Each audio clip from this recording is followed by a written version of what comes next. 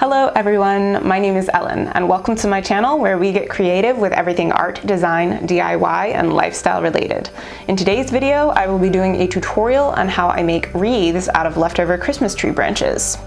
For those of you who are interested in doing this project, I have provided a list of supplies in the description below. Well, without further ado, let's jump right on into the video. Starting out, you're going to want to reach for a plain metal hanger to use as your wreath base. If you have the option of using a nicer store-bought base, I recommend, because those are normally made out of some kind of dried plants or vines, and they're just a lot more substantial. It's also easier to get a more symmetrical wreath from them because you can kind of wedge your dried plants and greenery in between crevices in those types of bases, whereas with a hanger or metal ring, you're going to have to attach everything using fishing line or floral wire. Also, hangers don't like to be circles, and it can take a little while to shape one of these. But you know, if you're balling on a budget, sometimes you gotta do what you gotta do. Next, you're going to want to take your leftover Christmas tree branches and cut them into wreath-sized pieces. Beware, there is sap. Lots of sap. So it can be a little sticky, a little messy. You can actually use hand sanitizer to get some of the sap off of your hands when you're finished, or even Gojo. There are a couple ways of getting rid of that problem. But luckily, the branches smell amazing, so that kind of makes up for the sticky mess. For this next step, you will want to have your floral wire handy. I cut multiple pieces of wire before getting started because I thought it would save me time, but I later realized that the pieces of wire just weren't long enough. When you're attaching branches to the hanger, you wrap the wire around the branch multiple times, and then you wrap that around the hanger to hold it in place. And during the process, I was often bunching multiple branches because they just weren't big enough or fluffy enough. So yeah, sometimes it's better to cut the wire as you go during this project. During this part of the process, I tried to keep the wreath on the table at all times because the one time I picked it up, the branches decided to flop around everywhere because they're really only attached in one spot and they're not super secure yet. After I finished putting all the branches on the wreath, I went back with even more wire to secure things, and then I went in with heavy fishing line and tied everything into place to make things a bit more symmetrical and make sure that they don't move around any more than they need to. Once all my branches were attached, I went back through, fluffed some things, adjusted some things, made sure all the wire was in place, and wove the clear fishing line through the branches. The great thing about the fishing line is it's transparent and it's strong enough to hold everything in place.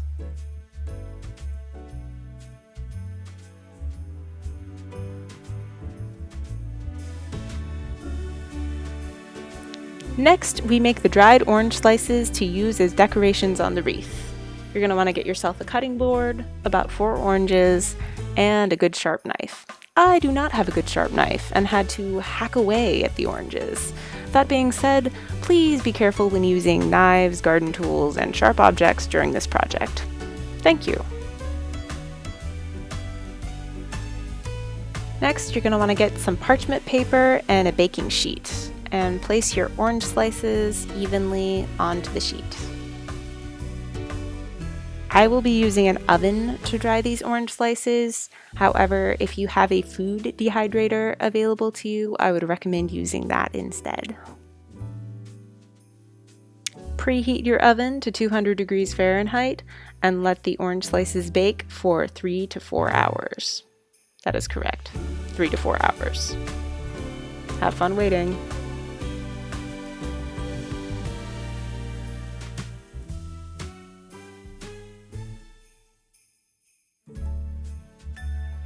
Next, we're going to decorate the wreath, so grab your dried orange slices, some fishing line, and a heavy-duty sewing needle. You'll want to run the needle through the orange just under the peel and cut the thread to leave about 6 inches on either side of the orange. This way you can run the thread underneath one of the branches and tie it firmly into place. Because the orange slices are hung like ornaments, it's best to start at the top of your wreath and work your way around, making sure that the orange slices are facing towards you. You will also want to tie your fishing line at least 2 or 3 times to hold it in place. Generally, when it's tied more than once, it stays just fine, but the heavier stuff sometimes likes to unknot itself if you trim off the long ends, which is what I was doing. As you work your way around the wreath, you're going to want to choose branches that are further towards the top so that you don't cover any of your orange slices. I chose to use only 6 orange slices for the entire design because I wanted them to be evenly spaced out around the wreath, and I was going for a more minimalistic approach. But I had a lot of extra orange slices, and later I may make a second wreath that is a bit more dried fruit heavy. Next, you're going to want to grab some cranberries. I had frozen ones available to me, but if you can get fresh ones, I'd say those are better. The frozen ones were really easy to string, but I had to work with them really quickly because when they defrost, they get kind of mushy, and that's not great to work with. Full disclosure, this was my first time making a cranberry garland, and it was oddly satisfying. 10 out of 10 recommend. But again, try and get fresh cranberries if you can.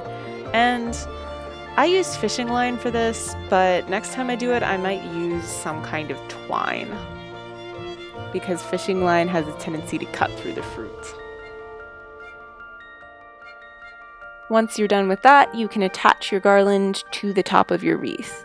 I found the best way to do this was to tie it to one of the top branches of the wreath using an additional 6 to 8 inches of fishing line that I left on the end of the garland.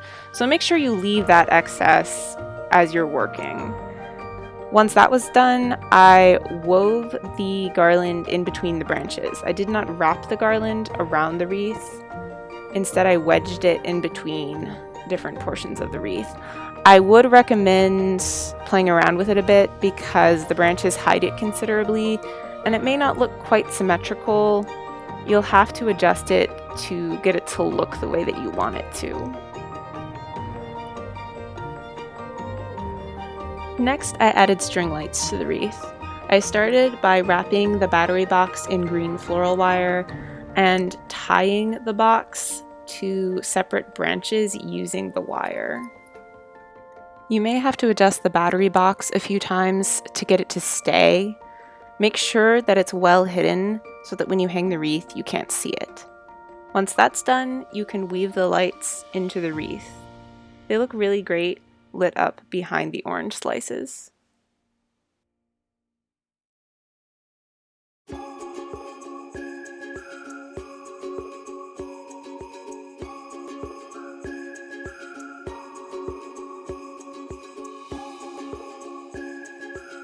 Well, there you have it. The wreath itself isn't very time consuming, but if you decide to dry your own fruit, the project does become a lot more involved. You don't have to do all of that. If you just want to add a bow or maybe some string lights, that can simplify the project a lot. And the wreaths themselves look really, really nice on their own if you're going for that minimalist Christmas look. Also, if any of you have any suggestions for different decorative elements that could be added to these wreaths, please let me know in the comments. I would love to hear your ideas. Well, thanks for watching. Please like my video and subscribe to my channel. Also, hit the notification bell button for weekly DIY and lifestyle videos. I'm currently planning my wedding for fall of 2021, so a lot of my projects and DIY videos will pertain to my wedding planning process, and I would love for you all to join me on my DIY wedding planning adventure. Well, until the next video, I'm out. Bye!